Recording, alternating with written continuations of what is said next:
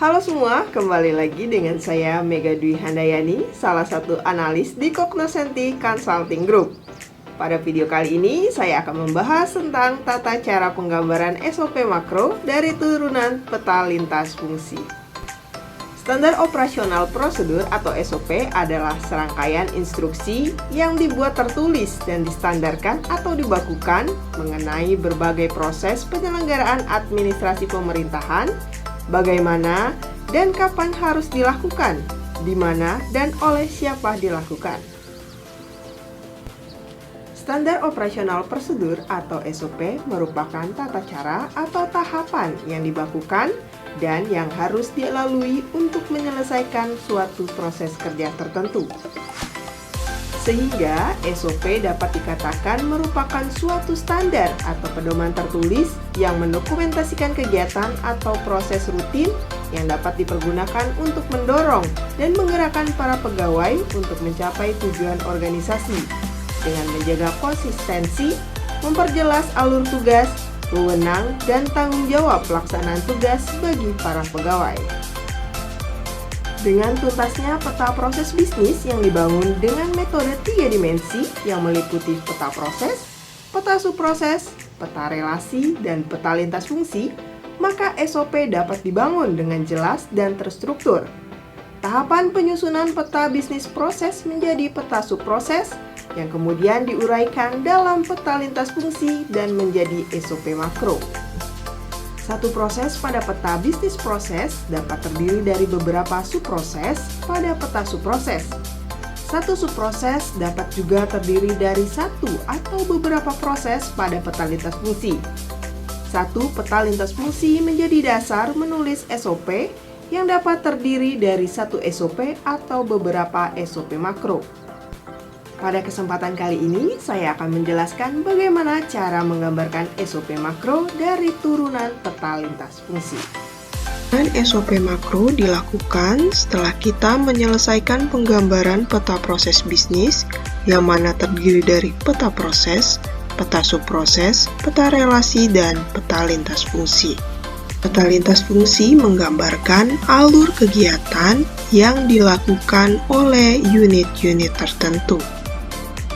Belum menggambarkan SOP makro, ada baiknya kita mengenal simbol yang akan digunakan dalam penggambaran pada SOP. Yang pertama yaitu simbol kapsul atau simbol terminal, yaitu menyatakan permulaan atau akhirnya suatu proses. Kemudian ada kotak atau simbol proses, yaitu menyatakan suatu tindakan atau proses yang akan dilakukan. Kemudian selanjutnya ada belah ketupat, merupakan simbol decision, yaitu menunjukkan suatu kondisi tertentu yang akan menghasilkan dua kemungkinan jawaban, seperti jawaban iya atau tidak. Selanjutnya untuk segi 5 atau simbol offline connector, menyatakan sambungan dari proses ke proses lainnya dalam halaman yang berbeda. Untuk simbol yang terakhir yang sering kita gunakan yaitu anak panah, yang mana menyatakan jalannya suatu proses. Ada 5 hal yang perlu diperhatikan dalam menulis dokumen SOP, yaitu yang pertama, subjek atau pelaksanaan. Subjek sebagai pelaku dalam kegiatan yang diatur dalam SOP sudah terlihat pada peta lintas fungsi, yaitu unit-unit kerja yang melakukan serangkaian kegiatan dalam peta lintas fungsi. Yang kedua, kegiatan yang dilaksanakan. Pada peta lintas fungsi juga sudah terlihat, namun kegiatan dalam SOP perlu dijabarkan lebih detail dan terperinci. Jika pada peta lintas fungsi kegiatan yang digambarkan adalah kegiatan besarannya saja, maka pada SOP kegiatan-kegiatan tersebut dijabarkan lebih detail dan terperinci. Sehingga satu kotak kegiatan pada peta lintas fungsi dapat saja menjadi beberapa kotak kegiatan dalam dokumen SOP. Yang ketiga, metode atau cara yang digunakan dalam melaksanakan kegiatan tersebut. Dalam peta lintas fungsi tidak terlihat bagaimana suatu kegiatan dilaksanakan. Namun, pada dokumen SOP, cara atau metode melakukan kegiatan tersebut perlu dijabarkan secara detail dan mengikat. Misalkan, pada kegiatan melakukan telaah dokumen, perlu dicantumkan apa saja hal-hal yang perlu ditelaah dan membandingkannya dengan suatu kriteria dalam kegiatan penelaahan tersebut. Yang keempat, kriteria atau acuan yang menjadi tolak ukur kegiatan itu dilakukan. Kriteria juga tidak terlihat dalam peta lintas fungsi, namun dalam dokumen SOP, kriteria perlu dituliskan dengan jelas, sehingga kegiatan dalam dokumen SOP adalah menjadi terikat dalam satu acuan tertentu yang spesifik. Dan yang terakhir, yang kelima, service level atau mutu baku.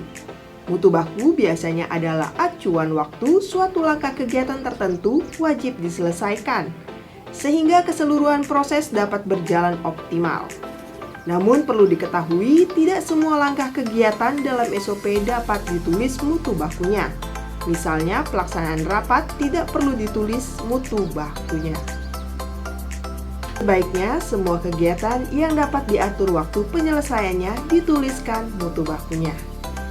Setelah seluruh dokumen SOP makro tuntas dituliskan, maka kita dapat melakukan integrasi SOP mikro ke dalam SOP makro dan bisnis prosesnya atau membangun SOP mikro yang baru. Demikian yang saya sampaikan terkait penggambaran SOP makro dari turunan peta lintas fungsi. Semoga video ini bisa bermanfaat untuk kita semua. Jangan lupa like, komen, and share video ini, dan ditunggu video-video kami selanjutnya. Terima kasih.